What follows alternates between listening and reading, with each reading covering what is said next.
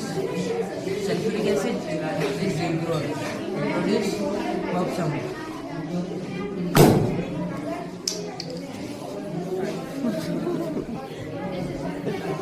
Just try it now.